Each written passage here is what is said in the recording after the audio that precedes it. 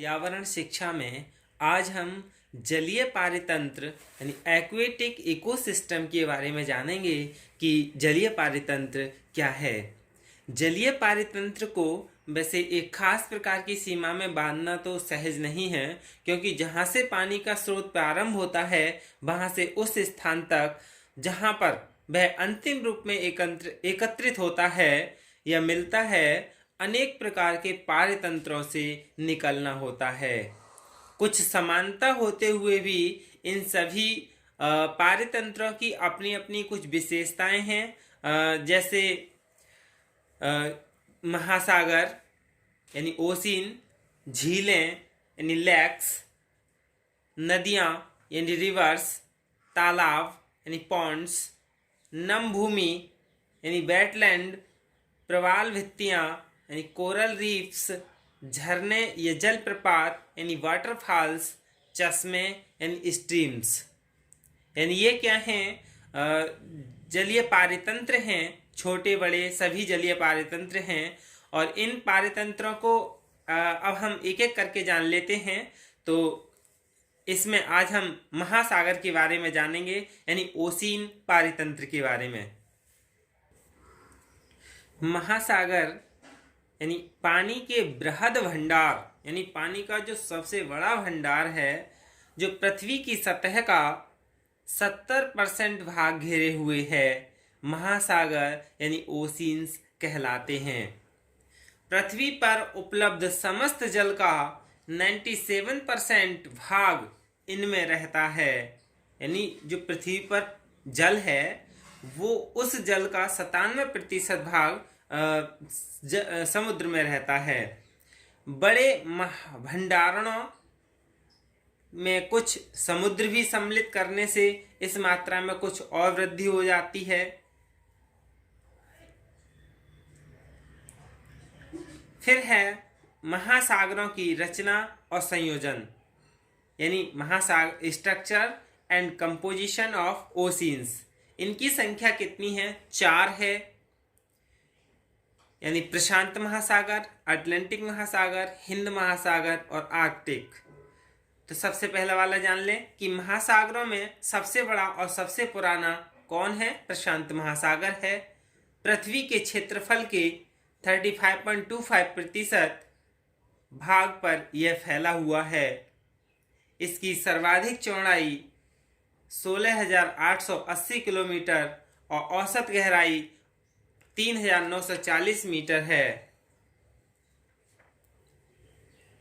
दूसरा है अटलांटिक महासागर, विश्व का दूसरा सबसे बड़ा महासागर।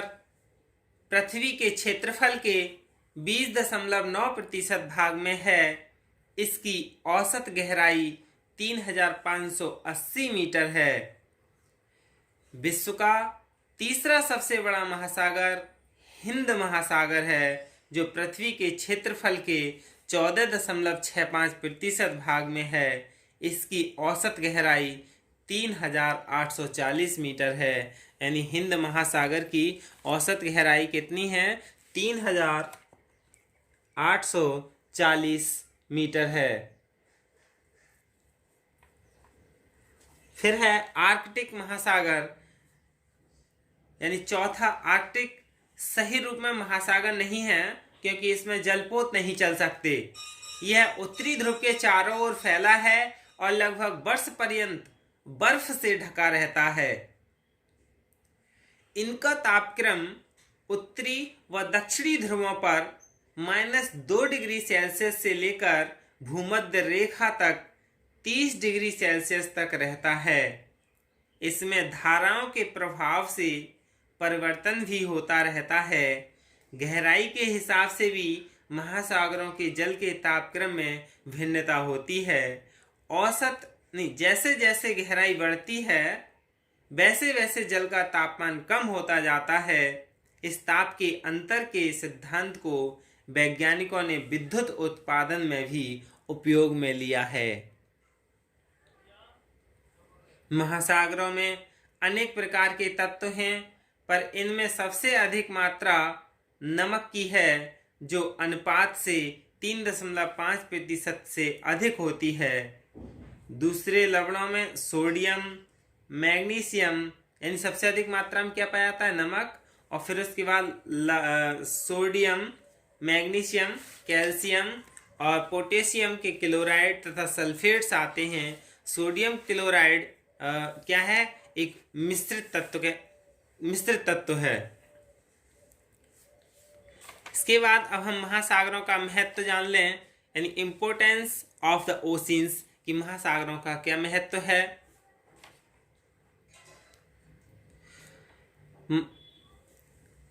ये विविध प्रकार के प्रचुर मात्रा में भोजन उपलब्ध कराते हैं। नहीं, महासागर क्या करते हैं, प्रचुर मात्रा में यानी बहुत सारी मात्रा में भोजन उपलब्ध कराते हैं। They provides food of different kinds in plentiful quantities.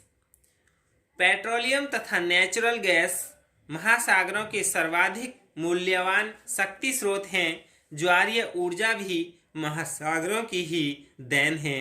Petroleum and natural gas are the oceans most valuable energy sources. Tidal energy is also the gift of the ocean only. यानी महासागर से हमें भोजन भी मिलता है और मूल्यवान पेट्रोलियम और नेचुरल गैसें प्राप्त होती हैं। मोटा रेत तथा बजरी विविध प्रकार की मजबूत इमारतों के लिए अत्यंत उपयोगी होता है। Sand and gravel are the most useful commodities for strong structures. महासागरों में अनेक प्रकार की दवाइयों का कच्चा सामान व शोध कार्य हेतु जल जंतु और जानवर मिल जाते हैं।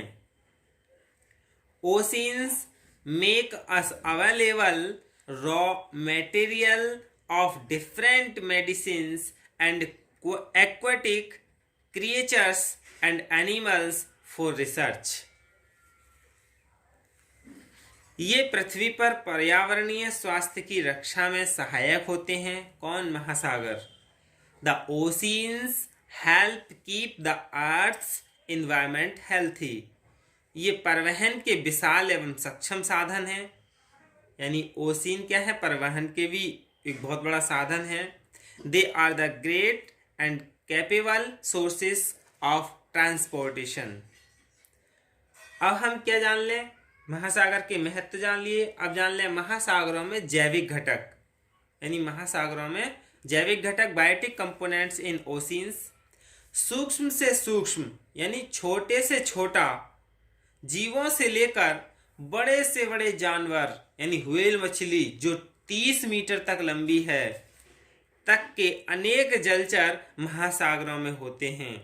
छोटे जीव सूर्य के प्रकाश और खनिज लवणों से अपना भोजन लेकर अपना अस्तित्व बनाए रखते हैं, जो बड़े जीवों का भोजन बनते हैं। ये विभिन्न प्रकार के जीव अपनी अपनी प्रकृति के अनुसार अथाह जल में अपना आवास बना लेते हैं।